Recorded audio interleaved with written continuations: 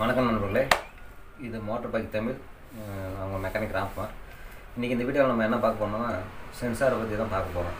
பைக்கில் மொத்தம் 8 வகையான சென்சார் முக்கியமான சென்சார் இருக்குது. இந்த 8 வகையான சென்சாரும் என்னென்ன வேலை பார்க்குது, இது எதுக்காக பயன்படுத்துகிறாங்க, அது எப்படி வேலை செய்யுது அப்படின்றத நம்ம இந்த வீடியோவில் பார்க்குறோம். ரெண்டாவது பார்த்திங்கன்னா ECUன்னு சொல்லுவாங்க, அதாவது இன்ஜின் கண்ட்ரோல் யூனிட். இன்ஜினோட மொத்த கண்ட்ரோலும் ECU தான் பண்ணுது.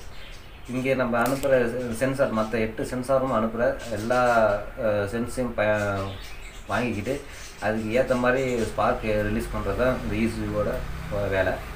இது எப்படி வேலை செய்யுதுன்றதை நம்ம வீடியோவில் பார்ப்போம். மொத்தம் ஃபஸ்ட் 8 சென்சார் சொல்லியிருக்கேன். அந்த 8 சென்சார் என்னென்ன சென்சார்னு ஃபஸ்ட் பார்த்துக்குவோம். கிராங்க் பொசிஷன் சென்சார் ஒன்று, ரெண்டாவது வெஹிக்கிள் ஸ்பீட் சென்சாரு, அப்புறம் டிபி சென்சாரு, IAT சென்சாரு, அப்புறம் IAP சென்சாரு.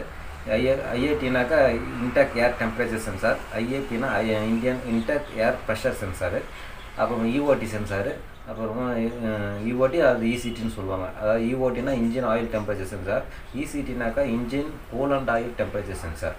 அப்புறமா பார்த்திங்கன்னா ஆக்சிஜன் சென்சார், அப்புறம் பார்த்திங்கன்னா பேக் ஆங்கிள் சென்சார். இந்த 8 சென்சார் தான் வண்டியில் முக்கியமான 8 சென்சார். அதில் ஃபஸ்ட்டு பார்த்திங்கன்னா கிராங்க் பொசிஷன் சென்சார். இது எதுக்காகனா, ஒரு வண்டி என்ன ஆகணும்னா ஃபஸ்ட்டு நமக்கு ஸ்டார்ட் பண்ணுறதுக்கு பவர் வரணும், கரண்ட் வரணும், ஸ்பார்க் வரணும். அந்த ஸ்பார்க் எந்த டைமில் வரணும்னு பார்த்தீங்கன்னாக்கா, அந்த 4 ஸ்ட்ரோக் இன்ஜினில் 4 ஸ்ட்ரோக் இருக்குது, நமக்கு எல்லாருக்குமே தெரியும். அதில் பவர் ஸ்ட்ரோக் அப்படின்ற ஸ்ட்ரோக்கில் தான் நம்ம கரண்ட் வரணும். அப்போ தான் இன்ஜின் ஸ்டார்ட் ஆகும், வண்டி நல்லா ரன் ஆகும். அந்த பவர் ஸ்ட்ரோக்கில் தான் இன்ஜின் வரணும் அப்படின்றது அந்த பொசிஷன், கிராங்கோட பொசிஷன் எந்த இடத்துல இருக்குது, டாப்பில் இருக்கா இல்லை மீடியம் இருக்கா இல்லை கீழே இருக்கா அப்படின்றத நம்ம கரெக்டாக மென்ஸ் பண்ணி சொல்லக்கூடிய சென்சார் தான் கிராங்க் பொசிஷன் சென்சார்னு சொல்லுவாங்க. எந்த இடத்துல கரெக்டாக கரண்ட் வரணும், எந்த இடத்துல கரண்ட் வரக்கூடாதுன்றதை மென்ஸ் பண்ணி சொல்லக்கூடிய சென்சார் கிராங்க் பொசிஷன் சென்சார். கிராங்கோட பொசிஷன் எந்த இடத்துல இருக்குதுன்றதை காட்டுறது தான் கிராங்க் பொசிஷன் சென்சார் சொல்லுவாங்க. ஒன்று. ரெண்டாவது வெஹிக்கிள் ஸ்பீட் சென்சார். இது எதுக்காக பயன்படுத்துகிறாங்கன்னா, ஸ்பீடாமீட்டருக்காக ஒன்று பயன்படுத்துகிறாங்க. ரெண்டாவது ABS. அதாவது ஒரு ABS எல்லா டைம்லேயும் ஒர்க் ஆகாது. நம்ம சும்மா தள்ளிட்டு போகும்போதோ இல்லை ஒரு 10 கிலோமீட்டர் 20 கிலோமீட்டர் வேகத்தில் போகும்போது ABS ஒர்க் ஆகாது.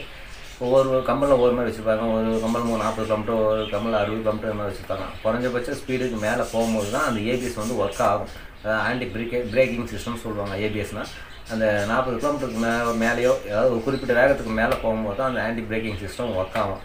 இது ரெண்டையும் சென்ஸ் பண்ணுறதுக்காக தான் அந்த வெஹிக்கிள் ஸ்பீட் சென்சார் யூஸ் பண்ணுறாங்க. மூணாவது பார்த்திங்கன்னா டிபி சென்சார். டிபினா த்ராட்டல் பொசிஷன் சென்சார்னு சொல்லுவாங்க. நம்ம எல்லா டைமும் ஒரே வேகத்தில் போய்ட்டு இருக்க மாட்டோம். இப்போ திடீர்னு ஒரு வண்டி ஓவர்டேக் பண்ணணும்னா ரேஸ் ஃபுல்லாக கொடுப்போம். அப்போ ஏர் ஃபியூல் மிக்சர் அதிகமாக வரும்.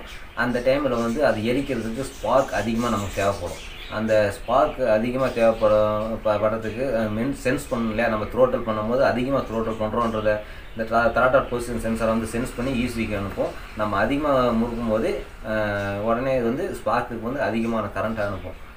அது சென்ஸ் பண்ணுறதுக்காக தான் throttle position TP sensor use பண்ணுறாங்க. அடுத்தது பார்த்திங்கன்னா IAT sensor, intake air temperature sensor. அதாவது நம்ம இன்ஜினுக்குள்ளே போகக்கூடிய காற்று வெளியே இருக்கிற இடத்துல எவ்வளோ டெம்பரேச்சரில் இருக்குது. காலையில் டைமில் பார்த்திங்கனாக்கா கூலிங்காக இருக்கும், ஒரு 30 டிகிரி 35 டிகிரி இந்த மாதிரி இருக்கும். ஒரு மதியான டைமில் ஒரு 2 மணி 1 மணி வாக்கில் பார்த்திங்கனாக்கா 80 டிகிரி 90 டிகிரி 100 டிகிரி கூட இருக்கும். இந்த 30 டிகிரி 25 டிகிரியில் இருக்கும்போது அது நம்ம ஏர் ஃபியூலோடு மிக்ஸ் ஆகும்போது கூலிங்காக இருக்கும்போது அது பற்ற வைக்கிறதுக்கு அதிகப்படியான கரண்ட் தேவை, ஸ்பார்க் தேவை. அந்த டைமில் நம்ம இந்த இன்டேக் ஏர் டெம்பரேச்சர் சென்சார் என்ன பண்ணுதுன்னா கூலிங்கை சென்ஸ் பண்ணி ECUக்கு அனுப்பும்போது கூலிங் டைமில் அதிகமாதிரியான கரண்ட் அனுப்பும். இதே மதியான டைமில் நம்ம இப்போ 70-80 டிகிரியில் இருக்கும்போது அந்த பொருளை எரிக்கிறதுக்கு அதிகப்படியான கரண்ட் தேவையில்லை. அந்த டைமில் இது இந்த வெளியே இருக்கிற காற்றோட சூட்டை சென்ஸ் பண்ணி அனுப்பும்போது அது அப்போ மீடியமான கரண்ட் அனுப்பும். இதை அந்த வெளியே இருக்கிற காற்றோட ஹீட்டை சென்ஸ் பண்ணுறதுக்காக தான் இன்டேக் ஏர் டெம்பரேச்சர்ஸ், அதாவது IAT இன்டேக் ஏர் டெம்பரேச்சர் சென்சாரை யூஸ் பண்ணுறாங்க. அடுத்தது இன்டேக் ஏர் ப்ரெஷர், அதாவது IAP சென்சார், மேப் சென்சார்னு கூட சொல்லுவாங்க. நம்ம இப்போ ஒரு மலையில் வண்டி ஓட்டும் போது அது காற்றோட அழுத்தம் கம்மியாக இருக்கும். இங்கே நம்ம நார்மல் ஏரியாவில் நம்ம வண்டி ஓட்டி இருக்கும்போது அந்த காற்றோட அழுத்தம் அதிகமாக இருக்கும். இதுக்கு ரெண்டுக்கும் டிஃப்ரெண்ட் எப்படி பார்த்தீங்கன்னாக்கா, அந்த காற்று அழுத்தம், அந்த அழுத்தம் ப்ரெஷர் வேறுபடும் போது அதுக்கேற்ற மாதிரி நம்ம கார்பரேட்டர் இன்ஜினுக்குள்ளே போகிற ஏர் ஃபியூல் மிக்ஸும் வேறுபடும்.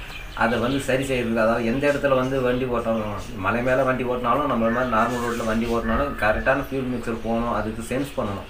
நம்ம காற்றோட அழுத்தத்தை வந்து சென்ஸ் பண்ணணும். அதை சென்ஸ் பண்ணி சொல்கிறதுக்காக தான் இந்த இன்டேக் ஏர் ப்ரெஷர் சென்சார் வந்து வச்சுருக்கிறாங்க. அடுத்தது இஓடி இசிடி சென்சார்னு சொல்லுவாங்க. இஓடி அப்படின்னாக்கா engine oil temperature sensor.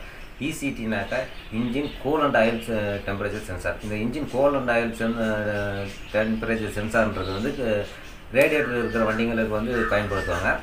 இஓடி engine oil temperature சென்சார்ன்றது வந்து நம்ம நார்மல் வண்டிங்களுக்கு பயன்படுத்துறது. இன்ஜின் கூல் அண்ட் ஆயில் வந்து எப்படி ஒர்க் ஆகுதுன்னு பார்த்தீங்கன்னாக்கா, அதாவது கூல் அண்ட் ஆயில் ஸ்டோரேஜ் பாக்ஸ்லேருந்து இன்ஜினுக்கு ஒரு லைன் போகும். லைன்லேருந்து மறுபடியும் ரிட்டர்ன் வந்து ஒரு வால்வு வழியாக வந்து மறுபடியும் ரேடியேட்டருக்கு வரும். ரேடியேட்டர்லேருந்து மறுபடியும் பாக்ஸுக்கு வரும், டேங்குக்கு வரும், அது கூலண்ட் ஆயில் டேங்குக்கு வரும். மறுபடியும் கூலண்ட் ஆயில் டேங்க்லேருந்து மறுபடியும் இன்ஜினுக்கு போகும். இப்படி ரொட்டேஷன்லேயே இருக்கும். இன்ஜின் ஹீட் ஆகும்போது அந்த ஹீட்டை வந்து கூலண்ட் ஆயில் எடுத்துகிட்டு வந்து நம்ம ரேடியேட்டர்கிட்ட கூலிங் பண்ணி மறுபடியும் நம்ம இன்ஜினில் போயிட்டு மறுபடியும் கூலிங் பண்ணிட்டு இருக்கும். இதோட டெம்பரேச்சர் வந்து கொஞ்சம் கொஞ்சமாக தான் அதிகரிக்கும். இப்படி அதிகரிக்கும் போது ஒரு 90 டிகிரிக்கு மேலே போனாக்கா அந்த இடத்துல வந்து அது கூல் பண்ணுறதுக்கு 90 டிகிரிக்கு மேலே ஹீட் போகுதுனாக்கா அந்த இசிடி சென்சார் வந்து மென்ஸ் பண்ணி இசிக்கு அனுப்பும். அந்த இசி என்ன பண்ணும், அங்கேருந்து உடனே சிக்னல் வந்து ரேடியேட்டர் ஃபேனுக்கு வந்து சிக்னல் கொடுத்து ஃபேனை ஓட வைக்கும். அந்த அந்த ஹீட் வந்து குறைஞ்ச பின்னாடி மறுபடியும் இங்கேருந்து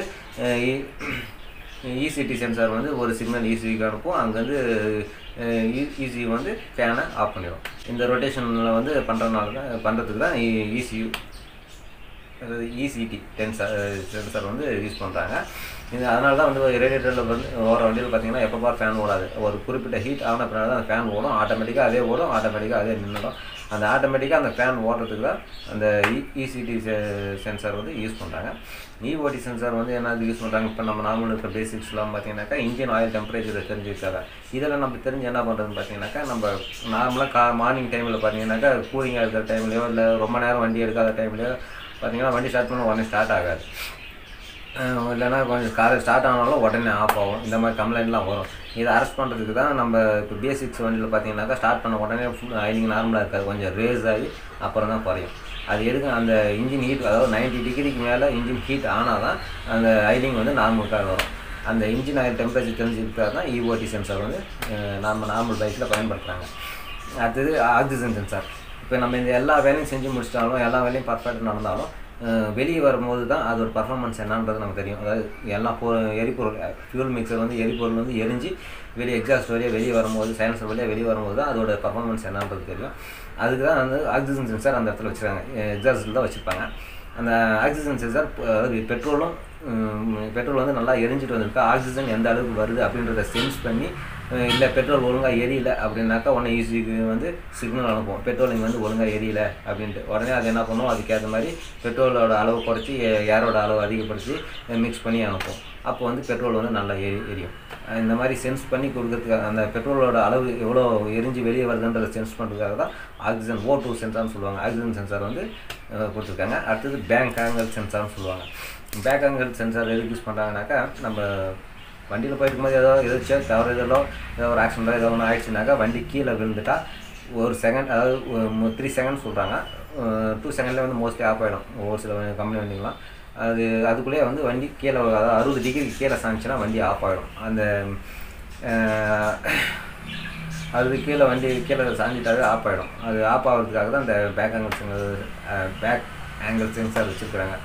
இதனால் என்ன, வண்டி நம்ம ஸ்கிப் பண்ணி ஓட்ட முடியாதுன்னா ஓட்டலாம்.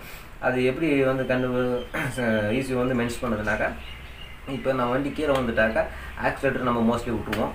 அது இல்லாமல் பார்த்தீங்கன்னாக்கா நம்ம ஃப்ரண்ட் வீல் வந்து சுத்தாது, பேக் வீல் மட்டும் ரன்னிங்லேயே இருக்கும். நம்ம கியரில் இருந்தால் கூட ரன்னிங்லேயே இருக்கும். அது வந்து மென்ஸ் பண்ணோம், ஆக்சிலேட்டர் ப்ளேவும் விட்டுட்டோம், ஃப்ரண்ட் வீலும் சுற்றலை அப்படின்னாக்கும் போது ஏபிஎஸ் சென்சிங் செக் பண்ணோம். அப்புறமா இது த்ராட்டல் டிபி சென்சாரோடைய சிக்னலையும் செக் பண்ணோம். எல்லாமே வந்து முன்னுக்கு பின் முரணாக இருந்துச்சுனாக்கா உடனே அது ஈஸியும் வந்து என்ன இது ஏதோ தப்பாக இருக்குது, ஏதோ ஆக்சிடென்ட் ஆகிருக்கு, இன்ஜின் மட்டும் ரன்னிங்கில் இருக்குது ஆனால் வெஹிக்கிள் வந்து ரன்னிங்கில் இல்லை அப்படின்னு சொல்லிட்டு வண்டி உடனே அந்த இடத்துல ஆஃப் ஆகிடும். இதனால் ஆக்சிடென்ட் இன்னும் மேலும் அதிகமாகிறதுக்கு வந்து குறைக்கப்படும். இதுக்காக தான் வந்து நம்ம வெஹிக்கிளில் வந்து இந்த 8 சென்சார் தான் முக்கியமாக பயன்படுத்துகிறாங்க. ஏதோ எனக்கு என்னால் முடிஞ்ச அளவுக்கு நான் கொஞ்சம் தெளிவாக சொல்லியிருப்பேன்னு நினைக்கிறேன். எதனா தவறு இருந்தால் கமெண்ட்ஸில் சொல்லுங்கள். புரியலனாலையும் என்ன புரியலனாலையும் கமெண்ட்ஸில் கேளுங்க, நான் கண்டிப்பாக பதில் சொல்கிறேன். போன்ற வீடியோக்கு பார்க்க நம்ம சேனலை மறக்காமல் சப்ஸ்கிரைப் பண்ணிக்கோங்க. தேங்க்யூ ஃபார் வாட்சிங்.